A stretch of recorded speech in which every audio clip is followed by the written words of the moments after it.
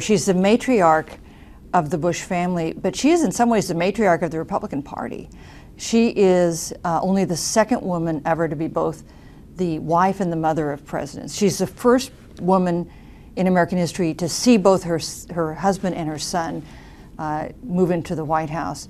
You know, she was no fan of Donald Trump for a long time, and especially when he was so critical of her son, Jeb, when he was running against her in the 2016 Republican primaries. And she became so upset about both the attacks on Jeb Bush and also the direction of the Republican Party that in June 2016, when it became clear that Donald Trump was likely to be the Republican nominee, she had what she called a heart attack. Now, it wasn't technically a heart attack, but it was definitely a health crisis. Took her to the hospital. She told me that it was because she felt so much angst about President Trump, Donald Trump then, and the direction he was taking the country and the party she had worked for so long. And in fact, she told me in the last interview I did with her, Trump at this point had been president for more than a year. And I said, "Do you still consider yourself a Republican?" And she said, "No." A friend in Kennebunkport gave her a cheap little digital countdown clock that said the days, hours, minutes, and seconds until the end of President Trump's first term. And she put this on her bedside table in Kennebunkport, next to a chair where she would sit and watch TV or needlepoint.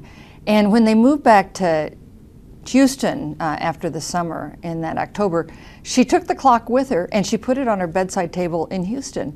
And it was there on the day that she died. Well, Barbara Bush, like many of us, assumed that Hillary Clinton was going to win in 2016.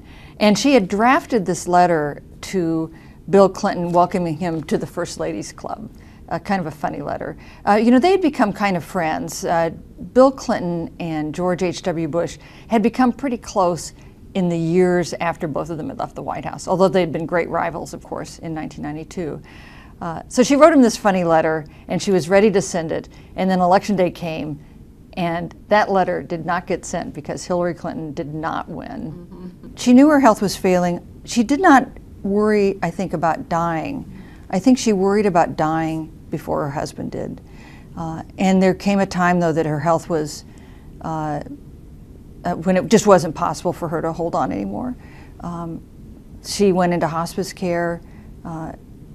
She and George Bush had a moment toward the end when they met in this small den on the first floor of their home in Houston. And he gave her permission to die, and she gave him permission to live. She said, "I'm not going to worry about you, George." And he said, "I'm not going to worry about you, Bar." And then they had a drink. I think this was an indispensable partnership, and the likes of which we don't often see.